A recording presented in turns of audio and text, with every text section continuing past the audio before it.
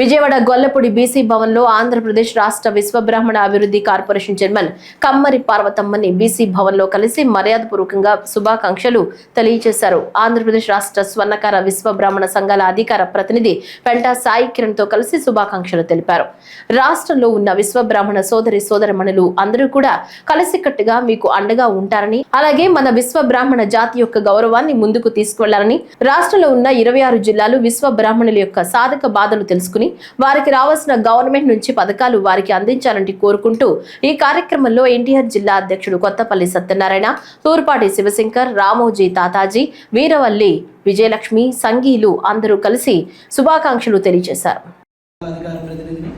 ఈరోజు మరి ముఖ్యంగా మన ఎన్డీఏ కూటమిలో విశ్వబ్రాహ్మణ కార్పొరేషన్ చైర్మన్ డెవలప్మెంట్ శ్రీమతి కమ్మరి పార్వతమ్మ గారికి చైర్మన్ పదవి ఇవ్వడం ఎంతో సంతోషకరమైన విషయం.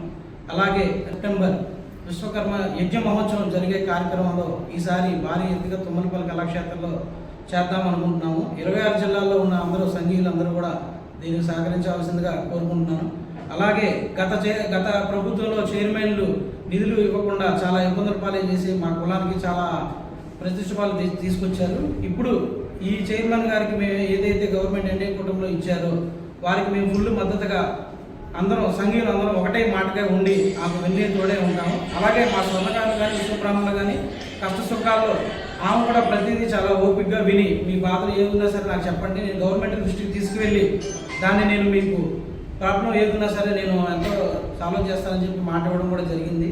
అలాగే ఈ రోజు నుంచి కూడా వారికి వెన్నుదండగా ఉండి మేము 26 జిల్లాల్లో ఉన్న మా విశ్వబ్రాహ్మణ సోదరులందరూ కూడా ఆమెకి ప్రోత్సాహంగా ఉంటామని చెప్పి ఈరోజు మరి ఈ కార్యక్రమంలో జయప్రదంగా మేము తెలియజేస్తున్నాం.